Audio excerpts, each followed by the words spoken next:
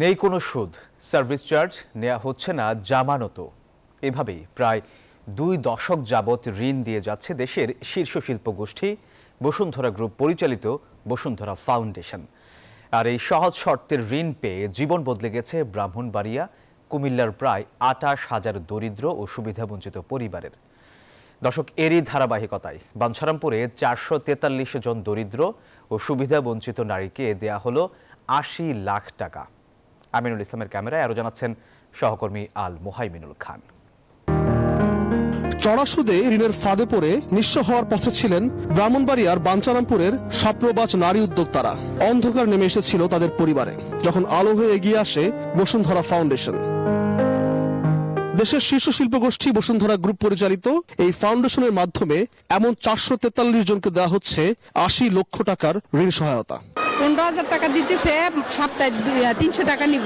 আমরা একসাথে হাঁস মুরগি কিনে পালন করলে আমরা গরিব মানুষ দিয়ে স্বাবলম্বী হইতে পারবো।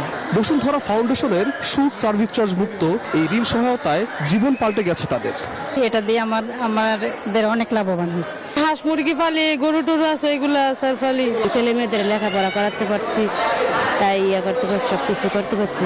এই ঋণ প্রকল্পের মাধ্যমে শুধু ব্রাহ্মণবাড়িয়ার বাঞ্ছারামপুরই নয়, নবীনগর ও কুমিল্লার হোমনারও হাজার হাজার পরিবার হয়েছে স্বাবলম্বী। মহিলাদেরকে যদি অভিযান কাজে অগ্রসর করে আগানো যায়, তাহলে তো অর্থনীতির চাকা সচল হবে।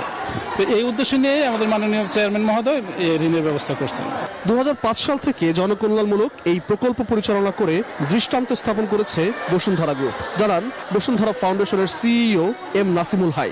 বসুন্ধরা ফাউন্ডেশনের চেয়ারম্যান মনে করেন যে যারা এই ঋণটা গ্রহণ করছেন তারা সেটা কাজে লাগাবেন, তার নিজের স্বাবলম্বী হবেন, তারা তাদের যেই জনগোষ্ঠীর অংশ সেই জনগোষ্ঠীতে তারা একটা পজিটিভ অবদান রাখতে পারবেন। স্থানীয়রা বলছেন শুধু ঋণই নয়, শিক্ষাবৃত্তি সহ সামাজিক কর্মকাণ্ডে অনুদান, প্রতি শুক্রবার ফ্রি চিকিৎসা সেবা সহ বহুমুখী সহায়তা দিচ্ছে বসুন্ধরা গ্রুপ। বসুন্ধরা ফাউন্ডেশনের দেয় ঋণ পেয়ে এই অঞ্চলের হাজার হাজার পরিবার হয়েছে স্বাবলম্বী। এখন তারা স্বপ্ন দেখছেন সামনে এগিয়ে যাবার। বাঞ্ছারামপুর থেকে আল মোহাইমিনুল খান, নিউজ 24, ব্রাহ্মণবাড়িয়া।